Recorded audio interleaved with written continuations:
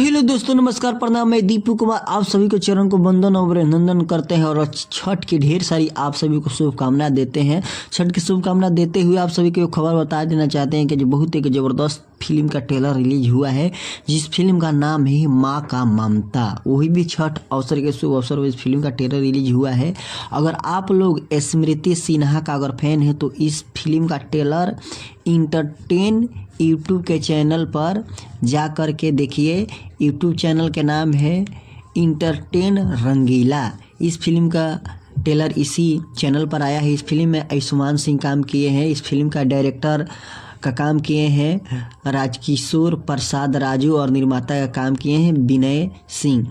ये फिल्म बहुत ज़बरदस्त इस फिल्म का ट्रेलर लगा है। इस फिल्म में सोनिया मिश्रा भी है, निशा सिंह भी है और इस फिल्म का ज़बरदस्त कहानी है। देखकर मतलब दिल से बता रहे हैं कि माँ की ममता देखने के बाद आंसू निकल आई। इस ट्रेलर ने इतना ज़बरदस्त भोजपुरी फिल्म एक अलग ये फिल्म माँ की ममता का ट्रेलर आया है। जब भी फिल्म आपके सिनेमा घर यानी आपके टीवी पर आए तो इस फिल्म का ज़रूर एक बार माँ के लिए देखना।